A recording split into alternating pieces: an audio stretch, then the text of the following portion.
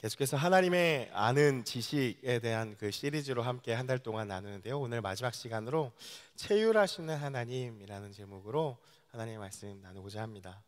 여러분, 이 시대의 사람들이 어떠한 생각을 하고 있고 또 요즘 시대가 어떠한 생각의 흐름을 갖고 있는지를 항상 나타내는, 그래서 매년 그것을 키워드로 정리해서 발표하는 트렌드 코리아라는 그러한 책이 있죠. 내년도를 겨냥하면서 최근에 2026년 10가지 지금 우리 한국 사회 안에서 또 세계적으로 흘러가는 어떠한 사고방식과 생각들을 정리한 키워드를 이렇게 한번 쭉 보았는데요. 그 중에 하나 눈에 들어왔던 단어가 이 필코노미라는 단어였습니다. 기분, 감정을 뜻하는 feel이라는 이 단어와 이코노미라는 경제라는 단어를 합쳐져서 생긴 합성어인데요. 어떠한 의미인가? 소비를 강력하게 좌우하는 요소가 무엇이냐? 요즘 시대에 현대인들이 어떠한 것을 소비할 때에 그 소비를 하려고 하는 그 마음의 동기, 그 원인은 무엇이냐? 바로 이 feel, 감정에 따라서, 기분에 따라서 그 소비가 이루어진다라는 것이죠. 여러분, 예를 들어서 그런 것과 같습니다. 나 우울해서 빵 샀어 라는 이러한 것과 같죠. 나 우울해서 빵 샀어. 아니면 좀 우울한데 오저치고 이런 걸 외치는 거죠. 못 알아들으시는 분이 있습니다. 못 알아들으시는 분. 네, 오늘 저녁에 치킨고 나는 우울하니까 그런 것들을 이제 소비한다라는 것이죠. 여러분, 그 기능에 따라서 항상 어떤 가치를 판단하면서 소비를 하는데, 근데 이 형태가 이제는 바뀌어서 내 감정과 내 기분을 좀 더 좋게 해줄 것, 나의 기분을 좀 달래줄 수 있는, 더 나아지게 할 수 있는 것에 가치를 두고 판단하는 모습이 요즘 사회에 현대인들이 소비를 하는 형태라는 것이죠. 여러분, 근데 이러한 현상의 이면에는 사실 어떤 마음이 자리 잡고 있을까요? 이런 기분과 감정에 따라서 소비를 하려고 하는 그 이면에 어떤 마음이 있을까요? 현대 사회에 너무나도 많은 갈등, 또 두려움, 또 염려로 인한 이 스트레스가 정말 극한의 상황을 우리가 늘 항상 매일매일 마주하게 되는 것 같습니다. 그러한 상황 속에서 이 스트레스를 좀 풀고자 하는 그 욕구가 반영된 것이죠. 그래서 단순히 기분을 좀 전환하려고 사실 하기보다는 그 마음의 이면에는 어떠한 마음이 있냐? 누군가가 지금 나의 그러한 외로움, 상처, 아픔, 힘듦, 괴로움 등을 좀 내 마음을 알아주었으면 하는, 사실 위로받고 싶은 그 마음이 자리 잡고 있다라는 것이죠. 그래서 그것을 그냥 우울하니까 빵이나 사 먹어야겠다, 우울하니까 나의 기분을 좀 달래줄 치킨이나 시켜야겠다, 이러한 것들로 우울하니까 내가 좋아하는 어떤 전자제품이라든지 옷이라든지 쇼핑이라든지 이런 것들을 이제 소비하게 된다라는 거죠. 그러나 사실 그런 것들은 잠깐의 어떤 도파민을 폭발시켜서 뭔가 잠깐 잊고자 하지만 사실 다시 한번 우리에게 현타가 이제 찾아오게 되죠. 그 후에는. 근데 가장 필요한 것은 무엇이냐? 위로라는 사실입니다. 여러분, 위로가 무엇일까요? 위로라고 하면요, 사실 우리는 흔히 어떤 말과 행동을 가지고서 이제 위로하는 그러한 것들을 생각하죠. 우리 아까 현주 일사님이 말씀하셨던 것처럼 힘들어하는 사람들한테 힘내라고 하는 게 어떻게 보면 참 위로가 안 되는 말인데, 근데 위로를 해주고 싶은 사람의 입장에서는 사실 그런 말게 할 것이 또 없고, 그래서 위로라고 하면은 뭔가 말과 행동, 어떤 액션을 생각한다라는 것입니다. 근데 위로는 어떠한 것이냐? 사실 내 마음을 알아주는 것이 위로죠. 내 마음을 상대방이 알아준다라는 것이 위로입니다. 지금 내 마음이 어떤지를 오해 없이, 왜곡 없이, 그냥 내 마음이 어떤지를, 그 마음을 있는 모습 그대로를, 같은 마음을 느껴주는 것, 그것이 진짜 위로라는 거죠. 여러분, 가장 위로가 필요한, 가장 우리 인생 가운데 힘든 상황이 어떤 상황이 있을까요? 아마 사랑하는 이의 죽음일 것입니다. 내가 정말 사랑하는 사람을 잃어버리게 되었을 때에 그 아픔, 그 슬픔은 사실 이루 말할 수 없죠. 그럴 때 그 당한 사람이, 그 슬픔을 당한 사람이 어디에 위로가 받을 수 있을까요? 그냥 와서 기도할게, 힘내, 물론 위로해 주는 말이지만 사실 가장 위로를 받는 순간은 나와 똑같은 경험을 한 사람이 있을 때, 예를 들어 어머니를 잃어버린 아버지를 먼저 하늘나라로 보낸 그러한 슬픔으로 상을 치르고 있을 때 누가 위로하러 이렇게 찾아왔는데 몇 년 전에 먼저 그 일을 경험한 사람이 내 앞에 있다면 사실 아무 말 하지 않아도 위로가 되죠. 왜냐하면 내 마음을 누구보다 더 잘 아는 이이기 때문입니다. 그래서 위로는 사실 어떤 말과 행동 같지만 그 근본적인 위로의 모습은 무엇이냐? 내 마음을 있는 모습 그대로 알아주는 것이다 라는 거죠. 여러분, 이처럼 오늘날 우리는 이 현대인들의 모습을 보면은 서로 나의 마음을 알아주었으면 하는 그러한 마음으로 아우성되고 있는 그러한 시간들을 보내고 있습니다. 여러분은 어떠십니까?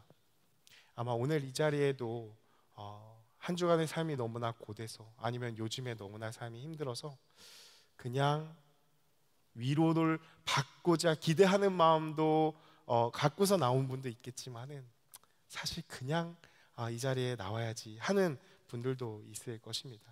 그래서 그러한 위로가 필요한 자들이 오늘 이 자리 가운데 나오셨을 것입니다. 여러분, 그런 마음으로 오늘 예배에 나왔다면요, 정말 잘 오셨습니다. 왜 그러냐? 이 필코노미 이것을 하지 않아도 사실 이 필코노미보다 더 진정한 위로를 주시는 분이 바로 예수님이시기 때문이죠. 그 예수님이 바로 여기 계시기 때문입니다. 여러분, 우리가 읽은 본문 이 히브리서 4장 15절의 말씀이 그것을 나타내는데요, 우리 말씀 다시 한번 함께 읽어보기 원합니다. 함께 읽겠습니다. 우리에게 있는 대제사장은 우리의 연약함을 동정하지 못하실 리가 아니요 모든 일에 우리와 똑같이 시험을 받으신 이로되 죄는 없으시니라. 여러분, 우리에게 있는 대제사장이라고 먼저 얘기를 하죠. 대제사장은 구약 시대에 이스라엘 백성들의 모든 죄악을 속죄하기 위해서 대속죄일에 한번 하나님의 지성소에 들어가서 이스라엘의 모든 죄악을 가지고 속죄를 담당한, 하나님 앞에 죄를 고하고 속죄함을 받는 사역을 한 자가 이 대제사장입니다. 그런데 이 히브리서에서 말하는 대제사장은 누구인가? 우리를 위해 이 땅 가운데 오신 예수 그리스도를 나타냅니다. 예수님께서는 하나님과 함께 하늘 보좌에 계시다가 이 땅 가운데 내려오셨죠. 내려오셔서 하신 일들은 우리의 모든 죄를 짊어지시는 그 십자가를 지시고 죽으셨습니다. 부활하셨고 또한 승천하셨습니다. 하늘 보좌에 오르셔서 하나님 우편에 앉아 계시면서 지금도 여전히 우리를 중보하시는 분이 예수님이 하시는 역할이다라는 거죠. 그래서 그 승천이 무슨 의미가 있지라고 생각했을 때 우리가 이 제사의 개념을 생각하면은 이해가 됩니다. 하나님이 왜 예수님이 승천하셔야 되는가? 그 이유는요, 우리의 모든 죄를 짊어지시고 죽으셨잖아요. 그리고 다시 부활하셨잖아요. 그럼 끝나는 거 아닌가? 그게 아니라 이 제사의 관점에서 봤을 때는 하나님 우편에 예수님께서 그 승천하신 오르심은 속죄 완성이다라는 것입니다. 그 속죄를 받으셨다라는 것이죠. 그래서 예수님이 행하신 일들은 곧 우리들을 위한 대제사장의 역할을 하신 것이고, 또한 그 예수님이 친히 그가 제물이 되셔서 우리의 모든 죄를 속해 주신 것입니다. 근데 중요한 것은 이 히브리서 말씀을 보니까요, 그 대제사장의 역할을 하신 예수님이 어떤 분이라고 묘사를 하고 있냐면, 이어지는 말씀 보니까 우리의 연약함을 동정하시는 분이라고 나타냅니다.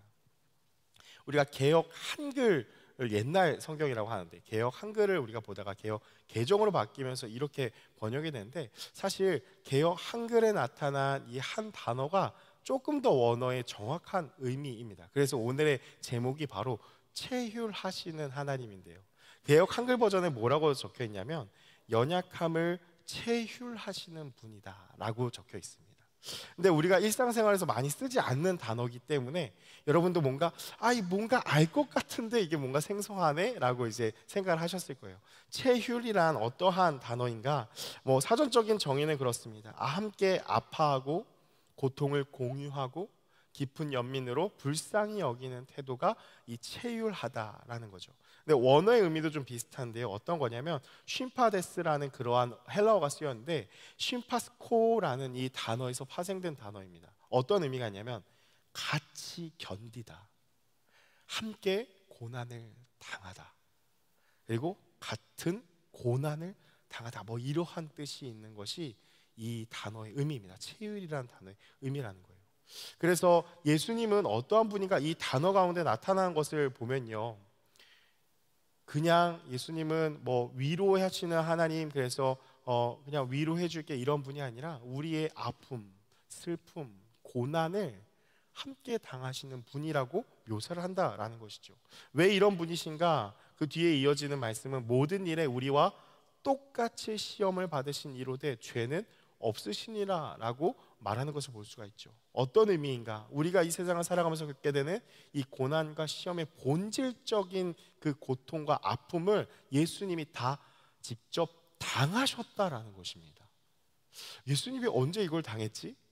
그가 이 땅 가운데 오셨을 때 당하셨다라는 거죠.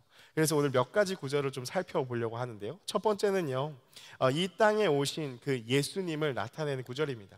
빌립보서 2장 6절에서 8절, 우리 지난주 암송 구절이었는데요, 우리 자막을 통해서 한번 같이 읽어보겠습니다. 시작. 그는 근본 하나님의 본체시나 하나님과 동등됨을 취할 것으로 여기지 아니하시고 오히려 자기를 비워 종의 형체를 가지사 사람들과 같이 되셨고 사람의 모양으로 나타나사 자기를 낮추시고 죽기까지 복종하셨으니 곧 십자가에 죽으십니다. 여러분, 여기서 7절 8절 말씀에 보시면 뭐라고 나타냅니까? 오히려 자기를 비워 종의 형체를 가지사 어떻게 해요? 사람들과 같이 되셨고, 그리고 8절 말씀에 사람의 모양으로 나타나사.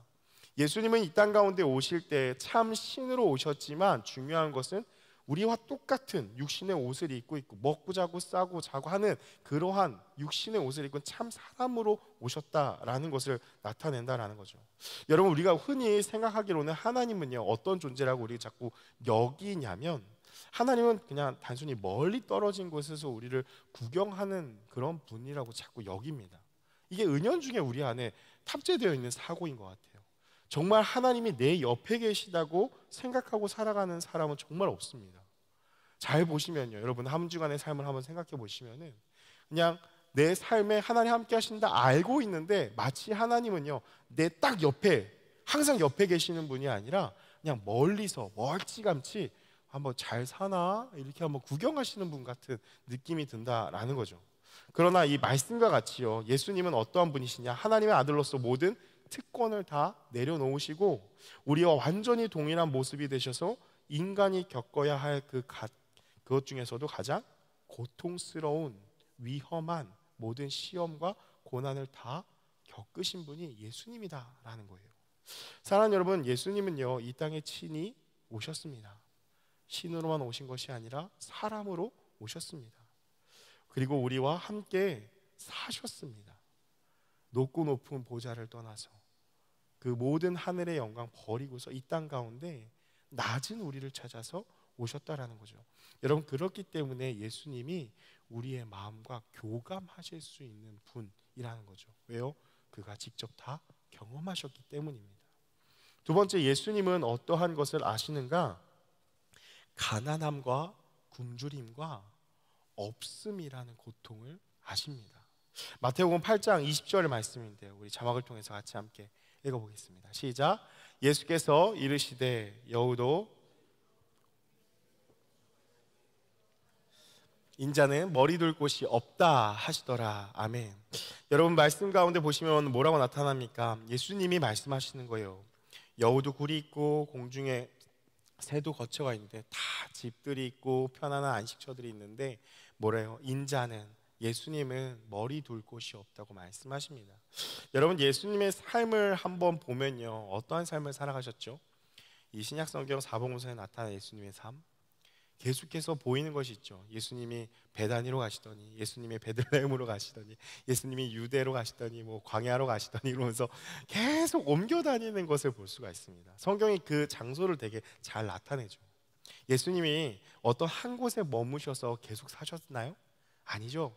그의 공생의 3년의 시간은요 정처 없이 계속 돌아다니시는 삶이었습니다. 다시 말하면 나그네의 삶이었다라는 거죠. 여러분, 예수님이 한 장소 딱 정해놓고서 여기서 이제 나의 왕국을 차려야겠구나 이러고서 마치 이제 편안한 시스템을 딱 구축하고서 호의호식하면서 그곳에서 사셨냐? 아니라는 것입니다.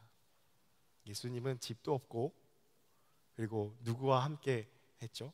12제자들과 기본적으로 함께 했지만 그냥 만나는 사람들과 늘 항상 함께 하시고, 세리를 만나면 그 세리의 집에 들어가기도 하시고, 또 삭개오도 만나면 삭개오의 집에 들어가기도 하시고, 거기도 유하시고 함께 먹으시고, 그러면서 그냥 살아가셨던 삶. 예수님의 그 손길이 필요한 자들을 늘 항상 만나고 다니신 그 삶이 예수님의 삶이었다라는 것이죠. 사랑하는 여러분, 우리의 삶을 보면요, 얼마나 쫓겨다니는 삶입니까? 여러분, 우리 참 많이 쫓겨다니지 않습니까? 우린 돈에 많이 쫓겨다니죠. 많은 빚들 때문에 쫓겨다닙니다. 그리고 또 많은 안정을 찾기 위한, 평안을 찾기 위한 그러한 것을 추구하죠. 부동산에 쫓겨다니고요. 또 많은 안정을 그렇게 누리기 위한, 편안함을 이루기 위한 어떠한 것을 딱 정해놓고 내가 호의호식하기 위한 것에 늘 쫓겨다니는 삶이라는 거죠. 시간에도 쫓기고, 또 대인관계, 가정 안에서의 많은 일들에도 쫓겨다니는 게 늘 우리의 삶이다라는 거죠. 그래서 어느 하나 평안함이 없이 많은 염려와 걱정들로 살아가는 삶입니다. 그래서 우리는 어떻게든 그 평안을 찾고자 부단히 애를 쓰며 노력하지 않습니까? 내 집 장만, 또 내 앞으로의 노후의 평안, 이런 것들을 열심히 찾는다라는 것이죠. 그러나 불편한 진실은 뭐죠? 그러나 결국 그 없음으로 인한 고난과 고통이 늘 항상 우리 안에 자리 잡고 있다라는 것입니다. 여러분, 예수님이 우리의 그 마음을 아신다는 사실입니다.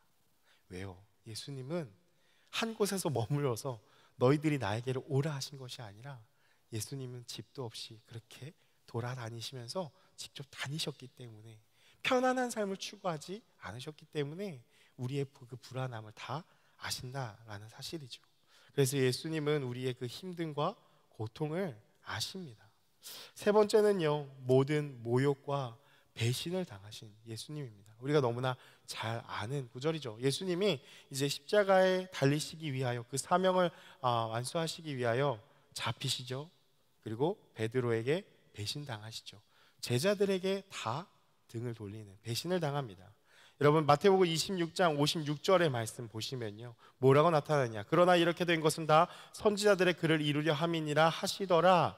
이에 제자들이 다 예수를 버리고 도망하니라.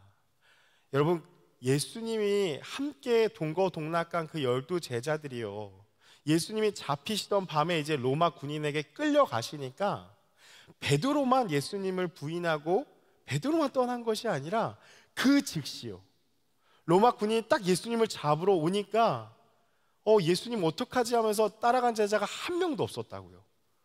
그냥 그 즉시 제자들이 다 예수를 버리고 도망갔다라는 거예요. 주랭랑을 쳤다라는 거죠. 여러분, 생각해 보십시오. 3년이나 함께 예수님과 동거동락한 자들이잖아요. 같이 먹고 같이 자고 했던 자들이잖아요. 그런데 한순간에 예수님이 잡히시니까 나 당신 모른다고 도망간 예수님의 그 마음은 어떠셨을까요? 배신감이죠. 너무나 많이 들지 않았을까요? 그리고 또한 예수님은 67절 말씀에 잡히시고서 이러한 모욕을 당하십니다. 우리 같이 한번 읽어보겠습니다. 시작. 이에 예수의 얼굴에 침 뱉으며 주먹으로 치고 어떤 사람은 손바닥으로 때리며. 여러분, 예수님이 당하셨다라는 거예요. 어떤 거죠? 여러분, 침뱉음 한번 당해본 사람 있으십니까? 지금 이 자리에 우리 장로님 한 분이 계셨다면 이렇게 손 드실 수 있는데 네, 우리 권태훈 장로님이라고 또 우리 같이 함께 섬기시는 장로님 실제로 한번 그 경험을 하셨어요. 이 건축하다가 침뱉음도 당하시고, 그래서 이 성경 때문에 장로님도 이제 이겨내셨다고 얘기, 고백, 간증하시는 걸 들을 수 있었습니다. 침뱉음 당하셨고요. 어떻게 해요? 주먹으로 치고 구타도 당하신 거예요. 또 더 모욕적인 건 뭐죠? 손바닥으로 맞으시고. 여러분, 뺨 맞아보신 적 있으세요? 얼마나 굴욕적이죠? 얼마나 수치스럽습니까? 이게 주먹으로 때리는 거랑 손바닥으로 때리는 거랑 너무 느낌이 다르잖아요. 그렇죠? 주먹으로 맞으면 그냥 나를 때리는구나 라고 생각할 수 있는데, 손바닥으로 뺨을 때리면요 되게 치욕스럽습니다. 예수님이 당하신 것이 이러한 모습이었다라는 거죠. 또 이어지는 이 74절 말씀에 이 베드로의 고백이 나타나죠. 베드로가 세 번째 예수님을 부인하는 장면이에요. 그가 저주하며 맹세하여 이르되 나는 그 사람을 알지 못하노라 하니 곧 닭이 울더라. 예수님을 정말 사랑한다고 고백했던 제자가 나는 도무지 그 사람을 알지 못한다고 저주하고 맹세하며 일렀다라는 것이죠. 사랑하는 여러분, 배신 당해본 적 있으십니까? 침뱉음 당해본 적 있으십니까? 모욕 당해본 적 있으십니까? 과거의 그런 상처와 아픔이 있는 분 있으십니까? 예수님이 아신다는 거예요. 혹은 지금 여러분의 삶 가운데에, 여러분의 직장 생활에, 여러분의 대인 관계 중에서 혹시 여러분의 이러한 아픔과 힘듦을 당하신 분이 계십니까? 여러분, 그것보다도 훨씬 더 굴욕적이고 치욕스러운 경험을 예수님이 하셨다라는 것이죠. 그래서 예수님은 누구보다도 그 상처와 아픔을 아신다라는 것입니다. 네 번째는요, 예수님이 눈물을 흘리십니다. 요한복음 11장 35절 말씀 보시면요, 예수께서 눈물을 흘리시더라 라고 하면서 이 나사로의 죽음 앞에 예수님의 모습이 나타나는데요, 마리아가 울면서 얘기합니다. 예수님이 계셨더라면 이 내 오라비 나사로가 죽지 않고 살아났을 텐데 왜 예수님이 이제야 오십니까? 빨리 가서 내 오라비를 어떻게 좀 해주십시오. 무덤에 있는 그 오라비를 생각하면서 마리아가 이렇게 외쳤다라는 거죠. 그래서 예수님이 그 얘기를 들으시고서 그 전에 말씀이 뭐라고 나타나냐면요, 비통히 여기사 불쌍히 여기시더니라는 그러한 예수님의 마음을 나타내는 구절이 있습니다. 그리고 예수님께서 그 나사로, 무덤에 있는 나사로를 향하여 가는 그 길에 예수님이 눈물을 흘리셨다고 누가복음이 기록하고 있다라는 것이죠. 사랑하는 여러분, 예수님은요, 우리가 죄로 인해서 우리에게 주어진 이 죽음을, 이 죽음에 대해서 이 공의의 잣대만을, 우리의 죄에 대해서 공의의 잣대만을 딱 들이대시면서 너 이거 잘못했어, 너 이걸 이렇게 살면 안 돼, 이렇게 정죄하시고 우리를 계속 냉랭하게 막 심판자처럼만 지켜보시는 분이 아니라, 예수님 어떤 분이시라고요? 그 죄로 인해서 무너질 수밖에 없는 인간의 연약함, 그 유한한 인생, 유약함을 아시고 그것을 불쌍히 여기시는 분이 바로 예수님이다. 예수님은 우리의 눈물을 아신다라는 것입니다.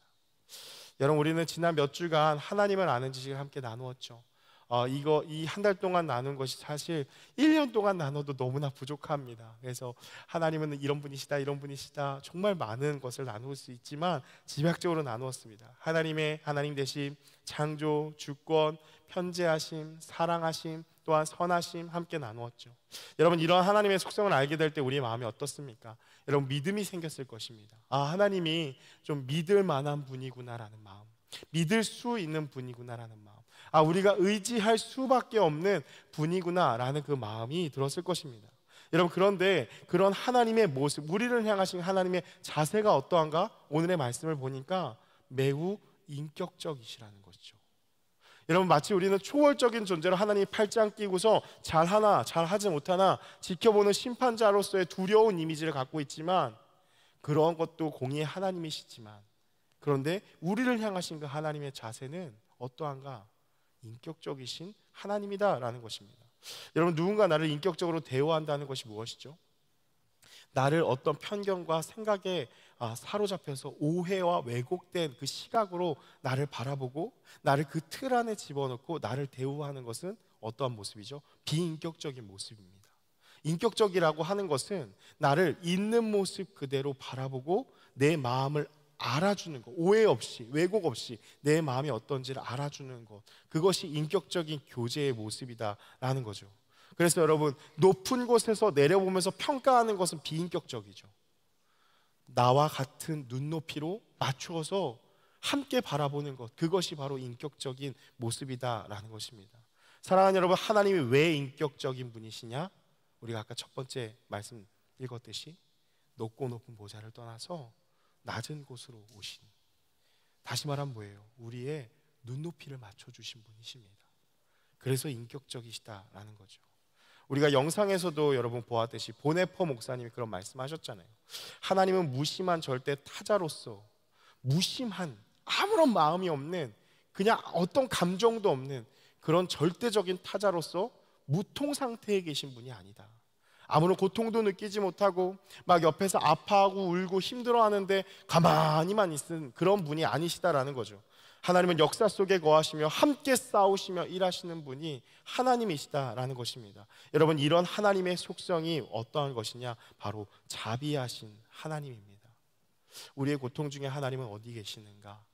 너무나 고통스럽고 힘든 상황에 늘 들게 되는 질문이잖아요. 하나님 어디 계실까요? 관망하시고 그냥 멀리서 아유 불쌍해라 라고 불쌍하다고 말씀만 하시는 분이 아니라 말없이 어느새 우리의 고통의 상황에 함께 하시면서 그 아픔을 같이 나누시고 같이 고통당하시고 같이 견디시고 같이 고난당하시는 분이 바로 우리의 하나님이라는 것입니다. 사랑하는 여러분, 우리의 인생에 힘들고 어렵고 많은 고난들이 올 때 어떻게 찾아오죠?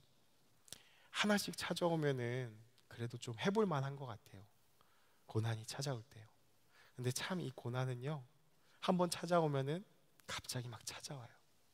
뜻밖의 정말 생각하지도 못한 부분에서 갑자기 어떤 문제가 터지고 그거를 해결하려고 하다 보면은 또 다른 곳에서 문제가 터지고 많은 것들로 우겨싸움을 당하는 것이 그 고난의 특징이다라는 거죠. 그럴 때에 우리가 지난 시간에 나눈 것과 같이 끊임없이 우리 가운데 일하시는 그 선하신 하나님을 우리가 신뢰해야 합니다. 그런데 하나님은 그 일하신 가운데 그냥 일만 하시고 멀리 계신 분이 아니라 우리의 무너진 마음을 외면하지 않으신다라는 거죠. 그래서 로마서 8장 26절 말씀에 이렇게 나타난대요. 우리 자막을 통해서 같이 함께 읽어보겠습니다. 시작. 이와 같이 성령도 우리의 연약함을 도우시나니 우리는 마땅히 기도할 바를 알지 못하나 오직 성령이 말할 수 없는 탄식으로 우리를 위하여 친히 간구하시느니라. 여러분, 하나님 어떤 분이신가? 가만히 계신 분이 아니라 우리 안에 성령으로 거하시면서 우리가 정말 말할 수 없는 고통을 당할 때 그 성령님도 어떻게 하신다고요?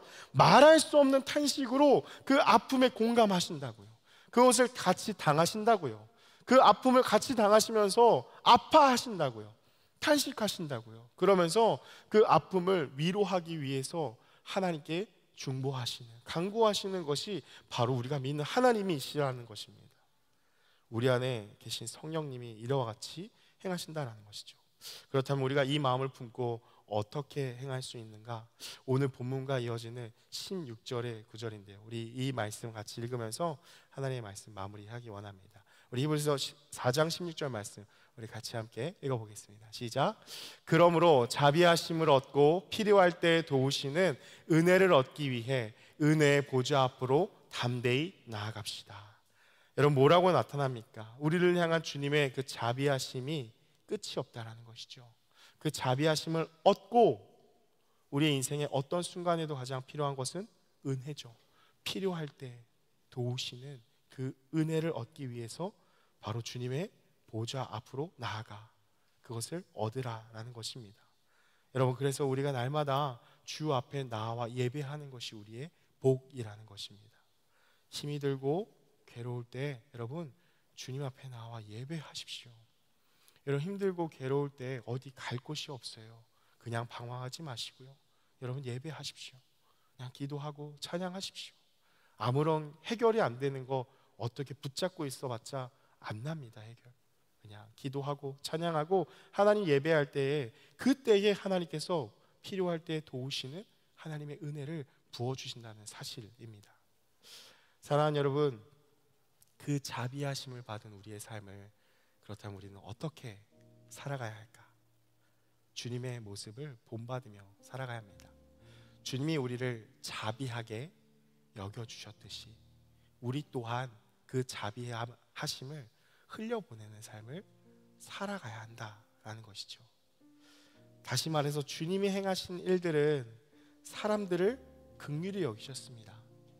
주님이 가신 길은 어떤 길이었을까요? 십자가의 길, 고난의 길이었고 좁은 길, 낮은 길이었습니다. 여러분, 우리가 이 사실을 꼭 잊지 말아야 합니다. 우리를 향한 그 주님의 체휼하심을 꼭 기억하시기 바랍니다. 그러면 우리의 삶에 때로는 무엇을 결정해야 하는 그런 순간들이 찾아오잖아요. 너무나 고통스러운 결정들을 하게 되는 그 순간들이 찾아올 때 답은 간단해집니다. 어떤 것에 답이 있을까요? 낮은 곳입니다. 좁은 길입니다. 그 십자가의 길, 어려운 길, 조금은 내가 더 불편함을 감수하는 그 길에 바로 낮은 곳, 거기에 예수님이 계시기 때문입니다. 그 예수님이 계시는 곳에 우리가 함께 할 때에 그 하나님께서 은혜를 부어주신다는 사실입니다. 그래서 여러분, 고통과 고난 가운데 있을 때에 참으로 말로 할 수 없는 너무나 힘든 우리의 삶이 있습니다. 오늘 꼭 기억하십시오. 주님이 우리를 외면하지 않으신다는 사실, 그 마음을 누구보다도 더 잘 하신다는 사실. 여러분, 오늘은 종교개혁 주일입니다. 수많은 믿음의 선배들이 바로 이 예수님과 같은 이 길을 선택함으로써 오늘날 우리에게 이 복음이 전해졌습니다. 그래서 우리 또한 그 예수님의 체휼하시는 그 사랑을 우리가 경험하고, 그리고 예수님처럼 살아갈 수 있는 그런 저와 여러분이 되기를 축복합니다. 우리 시간 함께 찬양하고 함께